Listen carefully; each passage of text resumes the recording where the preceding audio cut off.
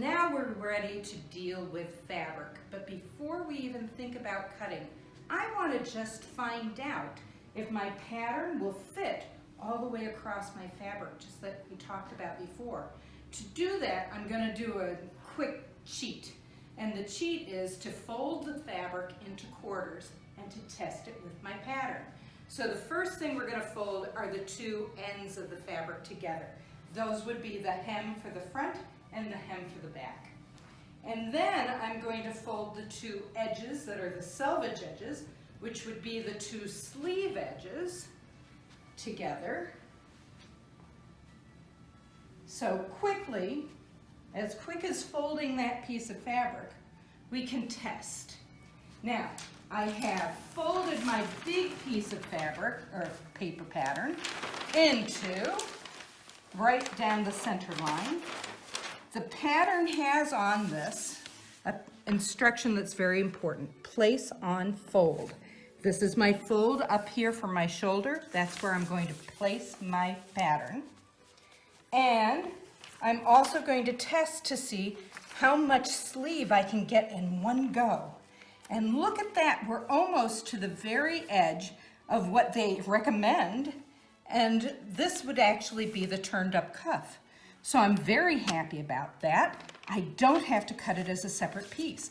And what about that triangular piece? Well, look at here. I don't need to cut that as a separate piece either. All I have to do is either tape it down or weight it down, and I can cut these in one go. Now, you might notice, it's a little bit on the short side on my short gown. I'm not too concerned about that. If it's an inch short, it's not a big deal.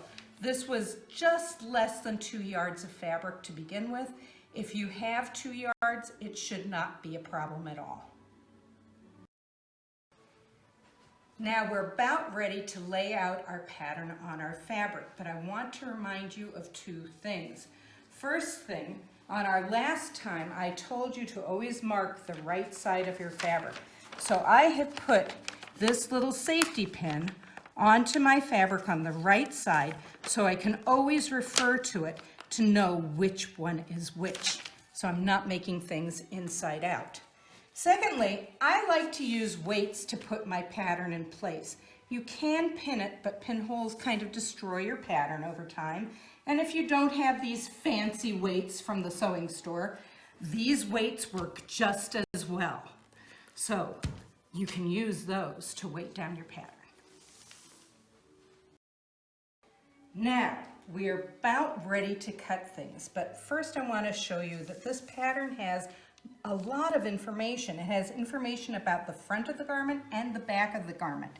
The front with its center front slit opening and its curved big neckline, and the back with the shorter neckline and the pleats. Now, in order for you not to be confused, because that is kind of hard to deal with, we are going to actually cut this out on this cutting line as a separate pattern piece, and then very carefully label this as short gown back of neck. So now you see I've just cut the pattern, I haven't cut the material, but I have labeled it short gown back of neck, and I'm going to place it here where I know where it is and it's kind of out of the way for now. I'm ready to cut my fabric. I know this is the scary part, but it's not hard.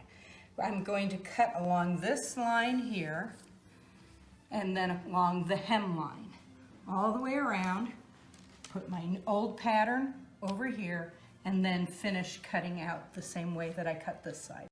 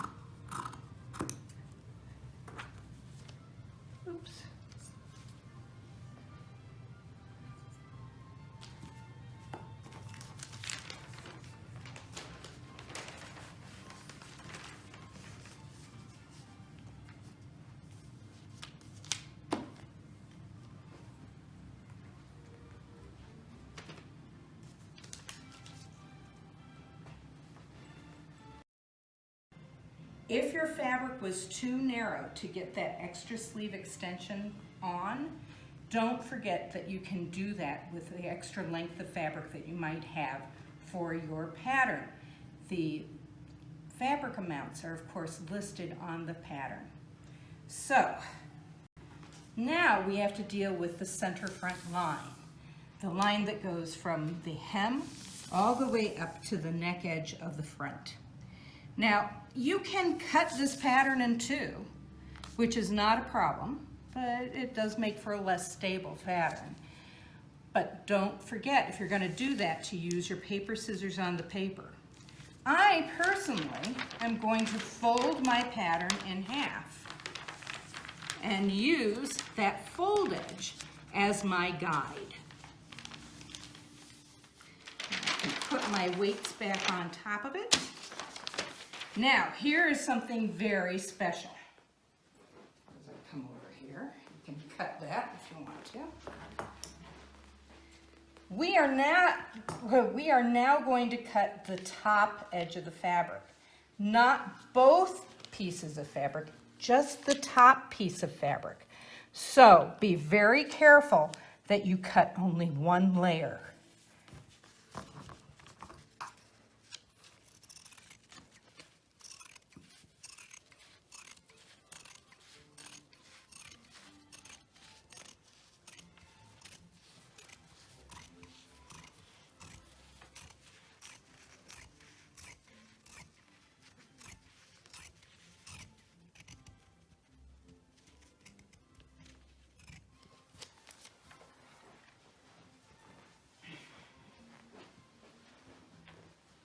I also want to cut the neck edge for the front, and that too, I'm only going to cut one layer of fabric.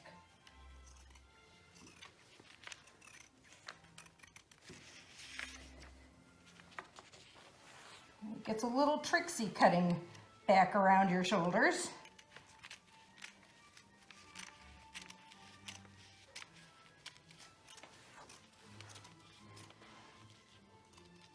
And I'm going to cut right up to that fold line. Then I'm going to fold back my pattern so I can do that other side just as easily.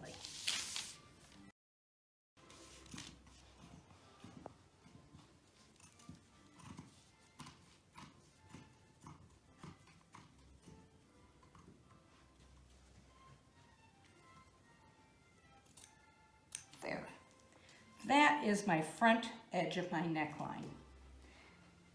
It can actually be a little neater over here now that I've pulled that up. I can see my mistake. We do want them to be mirror images of each other. Now, what about the back of the neck? That's where this handy little pattern comes into play. You fold this out. You lay this back in place, put a couple of weights on it so it doesn't wiggle about, and cut out your back of the neck line too.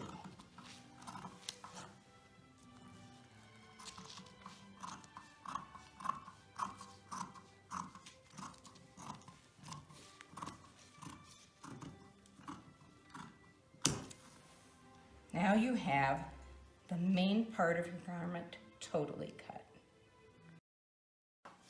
Now, when I was able to cut my fabric because it was so wide, I could cut almost the entire sleeve out of my fabric in one go. But you'll notice this line. This line is for a cuff. And if I want to put that cuff on there, I can either choose to use the excess fabric that I've cut out from here, or I can do something different. And I've decided to do something different. I have this sweet little cotton, and I'm going to actually use that to make the ends of my jacket sleeve. My tan jacket is already cut and ready to go. But what if your fabric isn't as plain as my tan jacket is? What if it has a beautiful directional fabric like this that has flowers and they're growing in one direction, up? Well, if you try to make this with it on the fold, as we did this one, you will end up with your flowers growing up in the front and down in the back. So in order to cure that problem, you need to put in one extra seam. Instead of cutting this on the fold for the shoulder, you're going to need a shoulder seam. And you're going to want to make sure that you cut it with your flowers growing up in the front and your flowers growing up in the back and meeting at that shoulder seam, and that will just be one straight seam right across your fabric. Then you deal with it just the same way as we've done with this.